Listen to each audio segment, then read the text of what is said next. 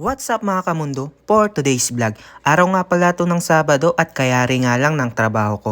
At ito pauwi na ako, balik kinabukasan may pasok pa din ako kahit linggo. Shutdown kasi ang gemba na pinapasukan ko ngayon kaya naman medyo busy ang February natin. Bago nga pala ako umuwi ay dumaan muna ako dito sa Yo Midtown mga kamundo para kumain. Deserve ko din naman siguro to kahit pecha di peligro na tayo. Charis! Anyway, dito na nga pala tayo kakain sa food court Kudamatsu dito sa Yo Midtown. At dito ko nga napiling kumain sa Pepper Lunch mga kamundo. Kaya naman tara, samahan nyo akong kumain. Matagal na rin ako nagke-crave dito. Kaya naman ito, umorder na nga. Umuri na nga ang kanin na inorder ko. Kasi yan, dami ko kasing gutom ngayon for today's video. At syempre, deserve ko din naman to siguro kahit sang yen na lang pera ko, aray ko. At yun, in a split of minute, dumating na nga ang ating inorder na Pepper Lunch. Pepper Lunch yarn. Yun, ito nga napakasarap nating pagkain for today's video mga kamundo. Kaya naman, itadakimasu. Kain po tayo mga kamundo. Grabe, ang sarap din pala kumain dito. Kaya naman, kung may malapit na Yo Midtown or any mall na may pepper lunch sa inyo, try nyo na din kumain dito. Sulit at affordable lang sa mga gastador. Chares! Pero legit mga kamundo, sobrang sarap ng pepper lunch dito.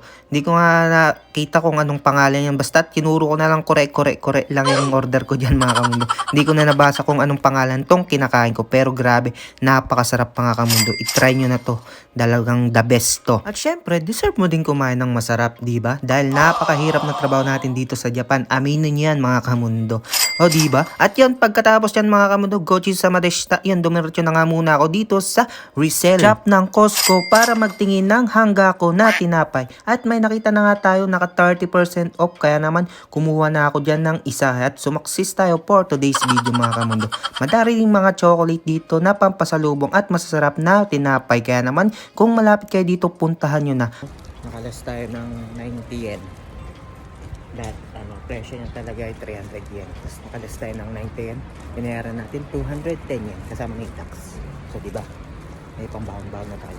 Yes! At pagka-uwi ko nga, nagsalang na kagad ako ng aking mga labahin dyan mga kamundo. Yon, every 2 days nga ako naglalaba para tipid tayo sa ating sabon mga kamundo. At pagkatapos niyan, naghugas na rin ako ng aking mga pinagbaunan.